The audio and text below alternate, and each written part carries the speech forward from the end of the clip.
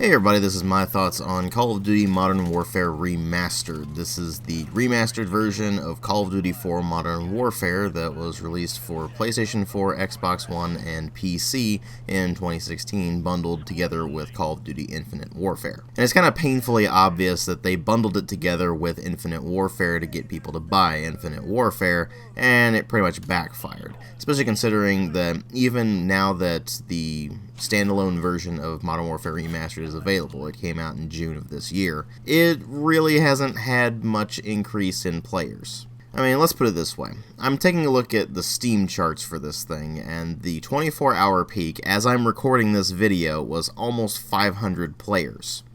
The all-time peak was 6,000-ish players.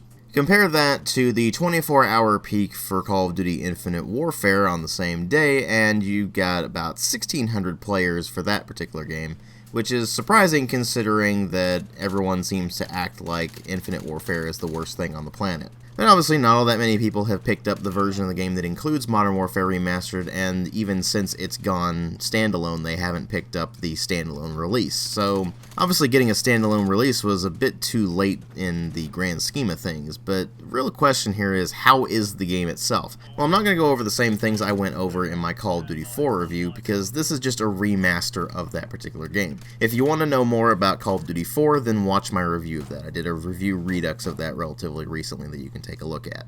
But what did they do to the remaster? Well, they brought it up to the current iteration of Call of Duty's engine, which means that it looks a hell of a lot better than the original release.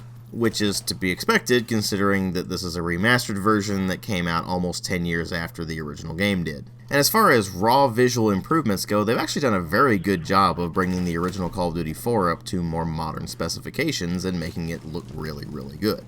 Now that said, it's not a one-for-one remake. They didn't just take the original Call of Duty 4 and just bring the visuals up to modern spec. They did change a few things here and there. It's never anything that's a substantial change to either story or gameplay. It's only visual changes here and there, things like modifying a few of the animations, for example. And when you actually see those in-game, it's really not a problem at all. It's things like modifying the crawling animations from not being shown on screen to actually showing something on screen. But I digress. As far as the actual visual upgrade goes, it does look rather good in modern specifications, although there is the issue of it being from a different era, and that era being like, hey guys, let's not have any color at all in our games. That's something that the original game suffered from, so I'm not really going to knock the remaster for that as well. What I will get annoyed about, however, is the sound design, where the voice acting is fine. It's just basically remastered versions of the original voice acting from the original game, with a few new recordings to fit in with the multiplayer announcer and a few things here and there in the single player as well. The music's also fine because it's just directly ripped from the original Call of Duty 4, but then there's the sound effects. They utterly butchered almost every single gun and explosion sound. Explosions almost sound like dull thuds. A lot of the guns sound like absolute pea shooters and have absolutely no bass to them whatsoever. Almost all of the guns sound absolutely pathetic, except for basically the Desert Eagle, which pretty much just uses the same sound it did from the original Call of Duty 4, but very slightly modified, so that's kind of goes without saying. I don't know what it is with all the developers that work on the Call of Duty series, but they just can't get the gun and explosion sounds right, and I don't know why. It's like they have absolutely no interest in getting them right. But I expected them to at least keep the status quo, not make things worse like they did here. It'd be one thing if they took the original audio files from Call of Duty 4 and just remastered the actual audio files and made them higher quality, but instead they actually re-recorded almost all of those sounds, and it just sounds awful.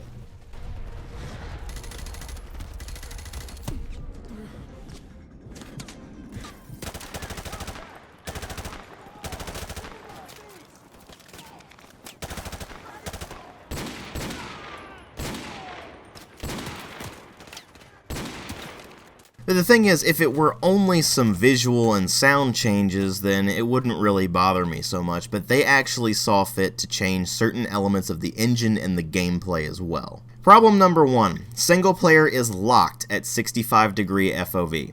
To put it quite simply, it is nauseating to play. Not in the sense of the game is bad, but it is literally nauseating from just the field of view being so narrow. Now with this issue, you would expect them to have the FOV locked at 65 in the multiplayer too, but strangely enough, there's an FOV slider and it goes up to, I believe, 90 degrees. Which certainly isn't ideal for a widescreen monitor. Really, the ideal for a widescreen monitor is more about 100 to 110, but 90 degrees is fine. It's what the game should have been at to begin with, and I have no idea why they only put the FOV slider in the multiplayer. There's just doesn't seem to be any rhyme or reason for it. Next problem. When you go into the multiplayer, you find out very quickly it is peer-to-peer with matchmaking.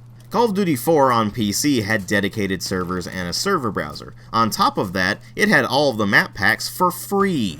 Then you go over to Modern Warfare Remastered and you find that it's only matchmaking. There is no lobby or server browser of any kind. You just hop into matchmaking and hope it finds you a game. Now supposedly they do put you on dedicated servers even though it is matchmaking, so theoretically your connection should be stable and the ping shouldn't be too high, right? Nope.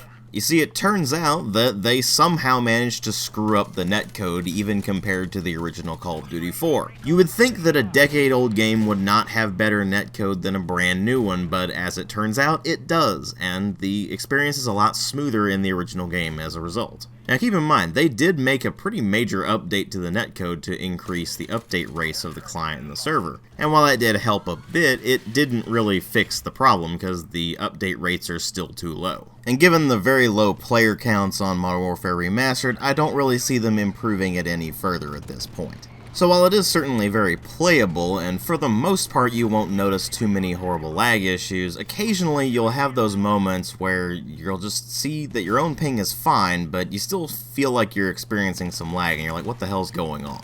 That's not just you going crazy, it's the netcode also being a bit of a problem. But then comes the biggest issue. They actually messed with the multiplayer component. Now, if they had just taken the original multiplayer component, ported it over, and then just said, okay, we're good to go, then that'd be one thing. But instead, they decided to implement microtransactions. You can go into the depot and buy various supply drops that will give you cosmetic items, or possibly even weapons that you can use in the multiplayer. Now, cosmetic items is one thing. That doesn't really bother me that much. Sure, it's really annoying, but it's not the deal breaker. The deal breaker is the game-altering content. They introduced brand new weapons that you can only get through the supply drop system or its related effects. Things like the 44 Magnum, for example. Frankly, I find it kind of disgusting that they would take the original game and then just throw a bunch of microtransactions that nobody asked for and nobody really wanted into it. But to make matters worse, they actually require you to purchase the map pack now.